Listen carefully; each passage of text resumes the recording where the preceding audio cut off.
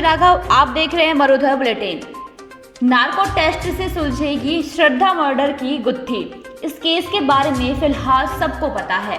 वो 27 साल की लड़की थी, सुंदर, शहरी, पढ़ी लिखी, आजाद ख्याल लड़की, अपनी जिंदगी अपनी शर्तों पर जीने वाली, दुनिया के नियमों को, माता पिता के बंधनों को, दुनियादारी के पहरों को न मानने वाली, सपने देखने वाली, खुश रहने वाली, प्यार करने वाली एक ऐसी लड़की थी। किसने सोचा था कि एक दिन वो लड़की अपने ही घर के फ्रिज में 35 टुकड़ों में मिलेगी। एक दिन वो दुनिया से यूं चली जाएगी कि एक दिन वह लड़का चाकू से उसके शरीर के 35 टुकड़े कर देगा।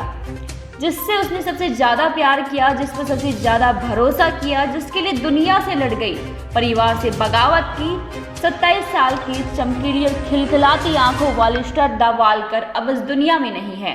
उसके बॉयफ्रेंड और लिविंग पार्टनर आफ्ताब पूनावाला ने उसे मारकर उसकी लाश के 35 टुकड़े कर उसे मैरोली के जंगलों में फेंक दिया। वो 18 दिन तक उसी कमरे में सोया जिस कमरे में फ्रिज में श्रद्धा की लाश के टुकड़े मिले थे। वो लगातार सोशल मीडिया पर श्रद्धा का सोशल मीडिया पेज अपडेट करता रहा ताकि लोगों को लगे कि वो जिंदा है।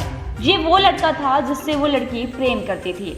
हम सोच भी नहीं सकते कि एक दिन अपने प्रेम के हाथों में इस तरह दफन कर दिए जाएंगे। श्रद्धा तो अब इस दुनिया में नहीं है, लेकिन श्रद्धा मर्डर केस अब एक पहेली बनता जा रहा है।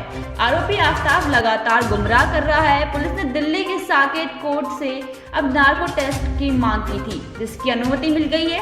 पुलिस नार्को टेस्ट के जरिए आफ्ताब से 5 प्रमुख बातें उगलवाना चाहती है, जिससे हत्या की गुत्थी को सुलझाया जा सके। श्रद्धा का मर्डर क्यों किया? श्रद्धा का मर्डर कैसे किया? श्रद्धा का शव किसने ठिकाने लगाया?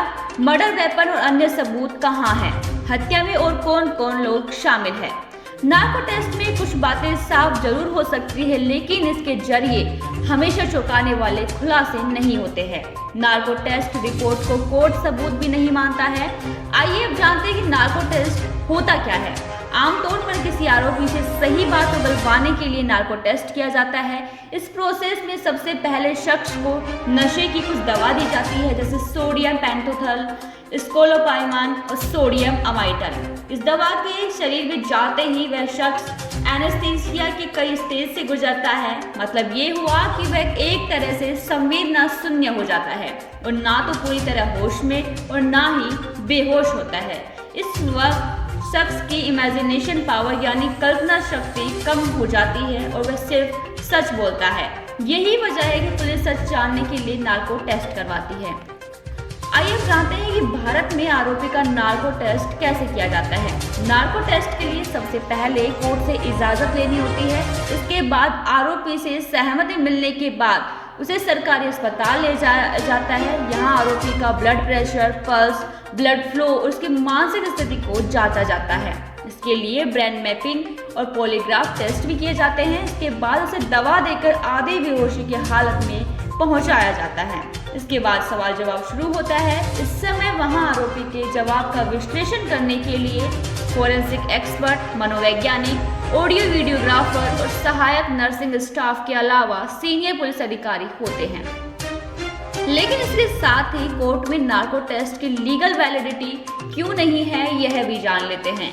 नेशनल लाइब्रेरी ऑफ मेडिसिन के मुताबिक दवा के इस्तेमाल के बाद इस बात की कोई गारंटी नहीं है कि कोई शख्स सिर्फ सही बात ही बोले। एनेस्थीसिया की स्थिति में कोई शख्स अपनी इच्छा से स्टेटमेंट नहीं देता है और इस समय वह होश हवास में नहीं होता है। इसलिए कोर्ट में कानूनी तौर पर साक्ष्य के लिए नार्को टेस्ट रिपोर्ट को स्वीकार नहीं किया जाता है। हालांकि सुप्रीम कोर्ट ने अपने एक फैसले में कहा है कि नार्को टेस्ट रिपोर्ट के मदद से बाद में खोजी गई किसी भी जानकारी को सबूत के तौर पर कोर्ट में पेश किए जाने की अनुमति होगी। खास खबरों को जानने के लिए देखते रहिए मरुधर बुलेटिन। तब तक के लिए नमस्कार।